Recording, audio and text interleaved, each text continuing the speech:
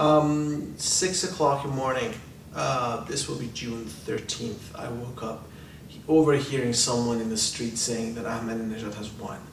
I couldn't believe it, so I went up to the TV, turned on the state channel, and the state TV channel, and there we are. You know, Ahmadinejad has something over basically 60% of the votes, and Mousavi has 33. And I just remember sitting there, you know, baffled, thinking, what the heck just happened?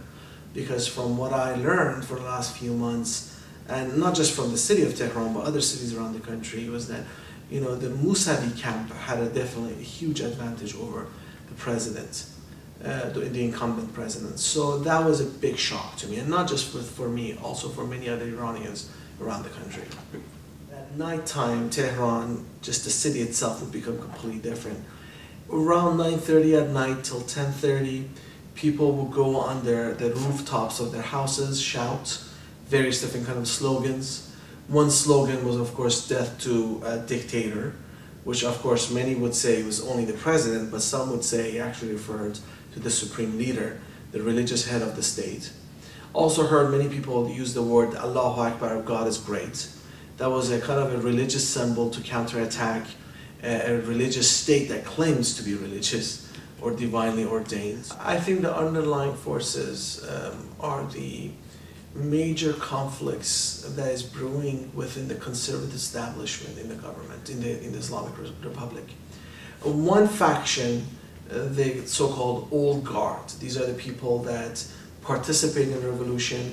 They became statesmen during the beginning years of the revolution, and someone like Mousavi, he simply dropped off, or someone like Mr. Rafsanjani, for instance, he simply stayed on as a major political figurehead in the state. Now, this was the old guard. They, of course, have their reputation, but they're also regarded to be highly corrupt, especially Rafsanjani, morally, financially corrupt.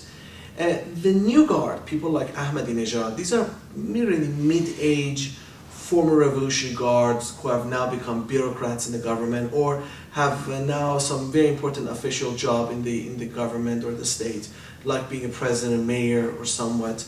And they have positioned themselves as the new face of the Islamic Republic. Next few months, you will see some more bloody days. At other times, you will see the whole movement dwindling away. It depends on two major factors. One, how the opposition and its leaders want to carry on with their movements. Second, how the state will react, whether it would actually try to manage and control the level of conflict, or it would try to completely repress it, and as a result, create various different kind of social movements as a result. We simply do not know at this stage, but what we have seen so far is that the state is willing to use some very, very hard, tough measures to quell and crush down the movement. And the key tactics that they're using is to hold on to the leaders, to isolate them, to keep them quiet, so they wouldn't be able to connect and communicate with their followers. And at this moment, so far, they've been doing a very good job. Usually, we academics are known to be people that detach ourselves from our work, right? In these rare instances, we become our work. We become part of it. I mean, the fact that, you know, I am emailing some people about what's going on in Iran, reporting, quote unquote, in itself makes me part of that movement, even though I'm looking at it from an analytical point of view, not necessarily from an emotive point of view. But that's what makes it so exciting, is that you become your work.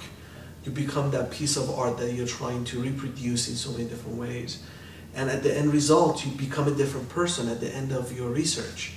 It's a subjective transformation that you undergo, which is exciting, interesting, but at the same time kind of scary.